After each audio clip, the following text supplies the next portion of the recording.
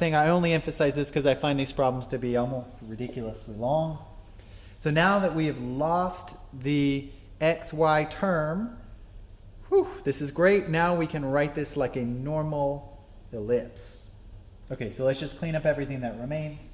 So we get some x prime squared remaining, right? Minus, and I'm just going to put all the x's together. So, and then here's another x prime squared. So that would be 2x prime squared. And I'm going to say minus a 1/2 x prime squared. That's this piece. So I added these two and I subtracted this piece. Now the y squared, y squared, y squared, y prime squared. So that is a plus 2y prime squared. And of course subtract minus the 1/2 y prime squared. Cool, and all of this equals 30.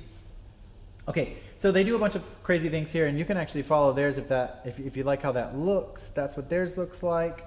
I'll just show you mine. I can just do this in my head quite fast. So 2 minus 1/2 is 1/2. So I'm just going to write this as 3/2 x prime squared plus 2 minus 1/2 again is, no wait, this gets interesting because I believe I made this mistake before. They're not going to be the exact same, and this is where it changes. Before we kind of thought this might have been a circle, and this is where this changes because there's some sign issues here. Let's double check it. This is going to be this central term right here is a negative times a positive, making this a negative, and this is going to be a negative times a negative, making this term right here positive. So instead of 2 minus 1/2 being 3/2, the y prime term is going to be 2 plus 1/2, which actually turns out to be 5/2, right? 2 plus 1/2 is 5/2. Y prime squared equals 30. Now, this is shaping up to look more like an ellipse, right? We divide by 30, we divide this whole side by 30, and we get everything we need. Just cancel, do quick canceling, right? And what do we get here? So we need to say 2 times 30 is 60. And how many times does 3 go into 60? It goes 20 times. So we get an x prime squared over 20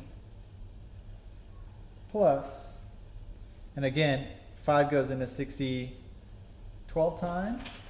Yeah? I believe it does. Let's see what my math is on that. Yeah, 12 times. Y prime squared over 12 equals 1.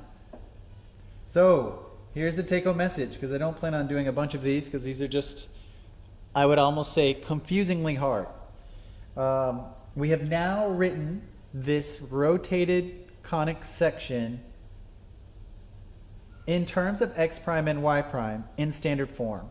And we have eliminated the xy term, right? So the xy term is what made it impossible for us to write it like this. So there you go. That's all there is to it. This is what it looks like. It is in fact an ellipse, right? Notice that it's been rotated. Notice that it's been rotated 45 degrees, right? Counterclockwise. And that's it. That's all there is to it. So just make sure to go slow. Double check all of your algebra. Make sure all this makes sense. Okay, there's that. Okay, so now let's see what else they have for us. So writing equations in standard form. Okay, this is the next thing that's super important. So basically they're going to do the same thing, but now they may not tell us what the theta is. So before they said it's 45 degrees, but now they may not be so straightforward with the theta. So now we have to kind of, I don't know, let's say come up with our own functional theta, right? We don't have to actually solve for it, but we just need to use it for certain information. So what they do to resolve that idea is this. They're going to use this cotan function. They're going to use cotan of 2 theta. This is the double theta that we learned from a few chapters back. And they use a really convenient thing here, a minus c over b. And this a, b, and c comes from the ax squared plus the bxy plus the cy squared. Remember, these 3 terms are the only really critical terms in this whole chapter or in this section. Okay, now, so you take the a and the b and the c, these coefficients, and you plug them into this equation, and if the outcome is greater than 0, which means positive, if it's a positive outcome, then 2 theta is in the first quadrant. Cool. And we can assume theta is between 0 and 45. Okay. If it's positive. If it's negative, if it's less than 0, right, negative, that means 2 theta is in the second quadrant, just like we saw before, right? And our theta that we're going to be using is between 45 and 90 degrees. Okay, so this doesn't mean much to us now, but it will in just a second. This will all make sense. And of course, if A equals C, which means this piece up here goes to 0, right? So that means cotangent of 2 theta equals 0. If it equals 0, then our theta is exactly 45 degrees. Okay, how convenient. Okay, so there's all the information we need to know about thetas and how to manipulate the thetas once they're given. So of course, they'll give us a situation where we need to use this. So here we are. Now, like I said before, I won't solve all the algebra out in this one just because I find it to be, again, just a little bit lengthy. So let's give this a go, and I'll show you exactly how this works out. So they give us this equation again. Notice they give us 8x squared minus 12xy plus 17y squared equals 20. Okay, notice the xy term. The xy term tells us that there is some rotation in our midst. And so we're going to have to resolve that in some way. Hi. So we're going to have to resolve that in some way. And so they want us to rewrite this equation in terms of the x prime y prime system without using an x prime y prime term. So they want us to eliminate the x prime y prime term from the equation, which is exactly what we did last time. Okay, so now how do we apply all this cotan stuff? So let's give that a go really fast. So they say to start with, of course, solving for our cotan function. So cotan of 2 theta is, of course, a minus c over b. So here's our a, there's our b, and there's our c. They give it to us all nice. So a minus c, 8 minus 17 over a negative 12, which comes out to 3 over 4 if you do the math. Negative 9 over negative 12 is 3/4. Okay, to the side, we can draw our triangle. Here's our 2 theta. This is obviously 3. This is 4, and the hypotenuse has to be 5. Okay, so we know from this right here that the cosine of 2 theta is 3/5. The sine of 2 theta is 4/5. Cool, we're going to need these in just 2 seconds when we do our double angle theorem. Okay, so here's all that. They've figured that all out. So now they want us to solve for sine theta now. So to find sine theta, you have to pull up your equations from, gosh, what was it, chapter 7, I believe. And so here's our double theta, or excuse me, I believe this is a half theta theorem. I forget the names, but this is it. Hopefully you'll recognize this. 1 minus the cosine of 2 theta. Oh, it's double. Okay. Divided by 2. Okay, so we just plug these values in. Notice cosine of 2 theta is already solved over here for you. 3/5. Oh, I didn't realize you couldn't see. There we go. So it's already solved for you, 3/5. We plug this guy in here, and we get root 1 minus 3/5 over 2, which comes out to 5/5 minus 3/5 is 2/5 divided by 2. This is still on screen. Good. Okay, good. So now we say 2/5 times 1/2. These guys cancel. And we get 1/5, the square root of 1/5. All right, great. So that's the sine of theta. Let's get the cosine of theta. We need to solve for that as well. So cosine of 2 theta, cosine of just theta equals the square root of 1 plus cosine of 2 theta divided by 2. Exact same thing, just again. So now we have 4/5 here, right? So we have, let's make sure this is correct. So the sine is 4/5, yes. So we have our, they use cosine twice. They don't use the sine, so we don't even need that. So this is just going to be 1 plus 3/5 divided by 2, which is of course 5 and 3, 8/5 divided by 2, which is 8/5 times 1/2. That's 4/5. So this is where this comes from. They just take, and they do it on both sides. That's why I saved it here. They take the square root of 1 over square root of 5, and they take square root 4 over square root 5. So our final take home on both sides will be 1 over root 5. Remember, don't rationalize. It won't help you. And 2 over root 5. Whew. Okay, so all of this has been done. Let me find some more paper. Oh, here. Here's another one. All of this has been done so that we can, I'll just scooch this over, plug this in to the original equations for x and y. So let's plug those in. So you can see, okay, excellent. So x is of course x prime cosine theta minus y prime sine theta. Cool. Now our x prime doesn't change, but we can plug in our cosine theta now. And just like you saw over here, our cosine theta is 2 over root 5. So we can say 2 over root 5 minus y prime, and the sine theta was 1 over root 5. All right, great. Power of trigonometry here. So we plug both these values in, and you can see what you get. You get some 2x prime minus y prime over root 5. Okay, great. Now we solve for y, just the same.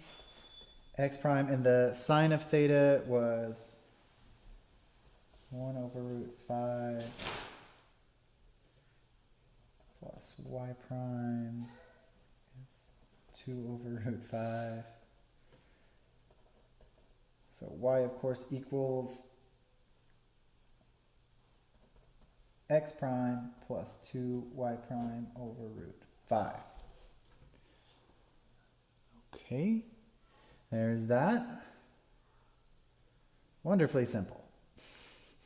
So now we go through the process of plugging all of this in to the original equation. This is where I'm going to take a pause because we did this once. And if you'd like to do this on your own, you absolutely can. But if I had the ability to fast forward this video, which I need to figure out, I would do that here. So blah, blah, blah, blah, blah. You plug in the values for what we found for x and what we found for y. So these go back into the original equation, and the original equation was 8x squared minus 12xy plus 17y squared equals 20. So now you plug these values in, right? Now obviously, the whole point of this is to eliminate the xy term. So when you plug these in, you will not have, the whole point being that you will not have a x prime, y prime term in your final equation. So let's just fast forward. Let's presume that we did this and did all the algebra to solve it. So blah, blah, blah, blah, blah, blah, blah, blah. Did they just expand everything, combine like terms, right? Now notice, what did they get in their final bit? They lost this x prime, y prime term. They have a negative 32 x prime, y prime, and they have a minus 36 x prime, y prime. And do we have any other terms anywhere? That's it, I think. So it must, yeah, and there's one more, and there's 68 x prime, y prime. So those three terms cancel themselves out. That was the point of all of this, right? So cancel, cancel, cancel. And we get I'll just fast forward it to this point. 25x prime squared plus 100 y prime squared equals 100. And all that is just combining and distributing, and doing a bunch of algebra to get to this point. Now, once we get here, it's just like normal. Divide by 100, and we can see what kind of conic section we have. Right, so this goes into that 4 times, so we get some x prime squared over 4 plus some y prime squared, and that's of course over 1 equals 1.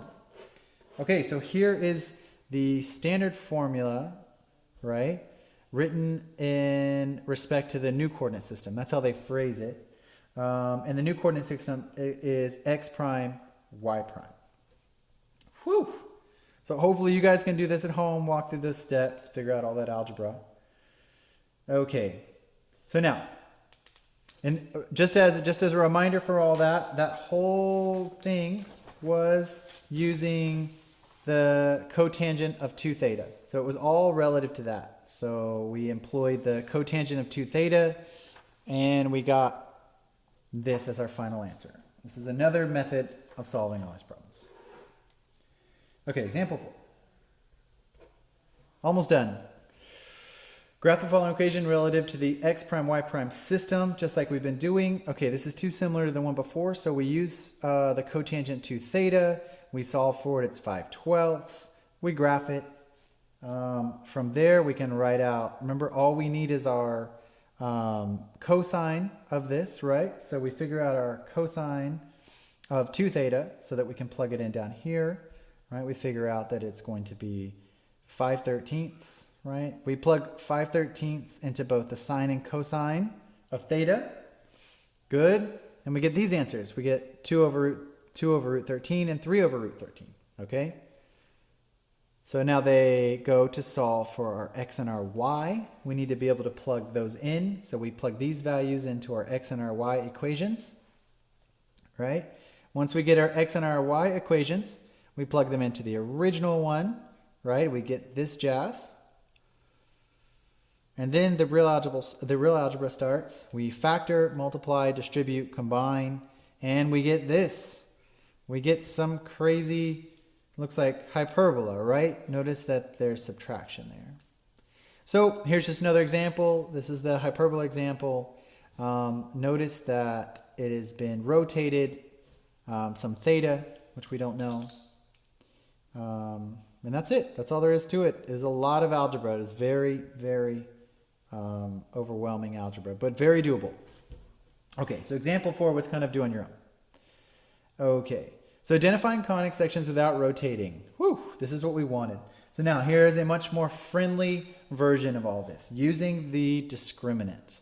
So let's use our discriminant, if everyone recalls. That is b squared minus 4ac. Everyone should recall that. Good.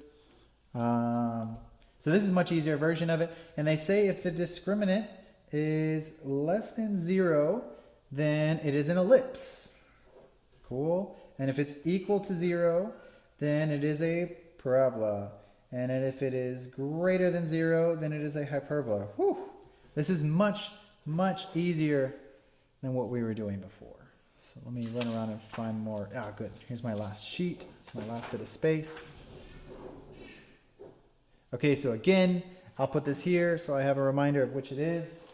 We can work these out. Okay, so here's example 5. Example 5 says 5x squared plus 2 root 3 xy minus 2y squared minus 5 equals 0. So again, all we need is a, b, and c to sort this out. So b squared, this is our b term. This is our a term. And the minus 2 is our c term. So we need b squared. So that is 2 root 3 squared. What is 2 root 3 squared? We'll come back to that. Minus 4 times 5 times negative 2.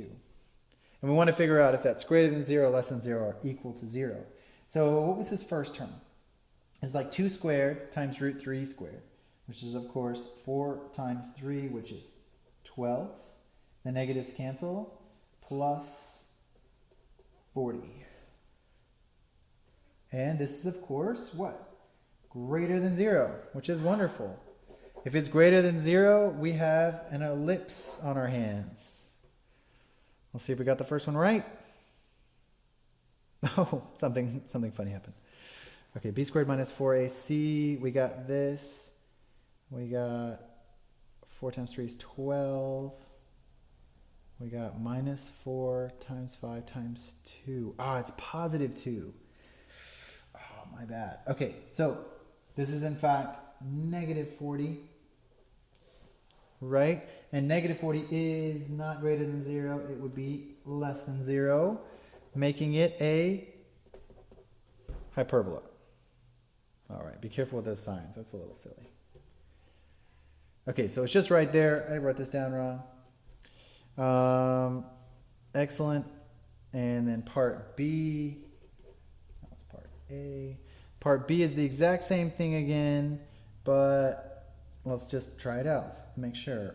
So let's go b squared, which is 2 root 3 again, which of course we figured out was 12, minus 4 times 5 times 12. Now, let's see what happens here. This is even a bigger c value.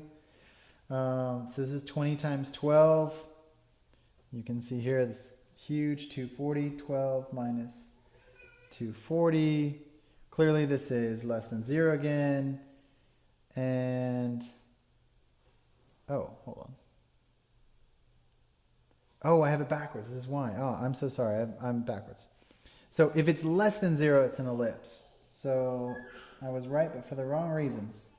And then this one is, of course, going to be negative, which is less than 0. And if it is less than 0, it's an ellipse.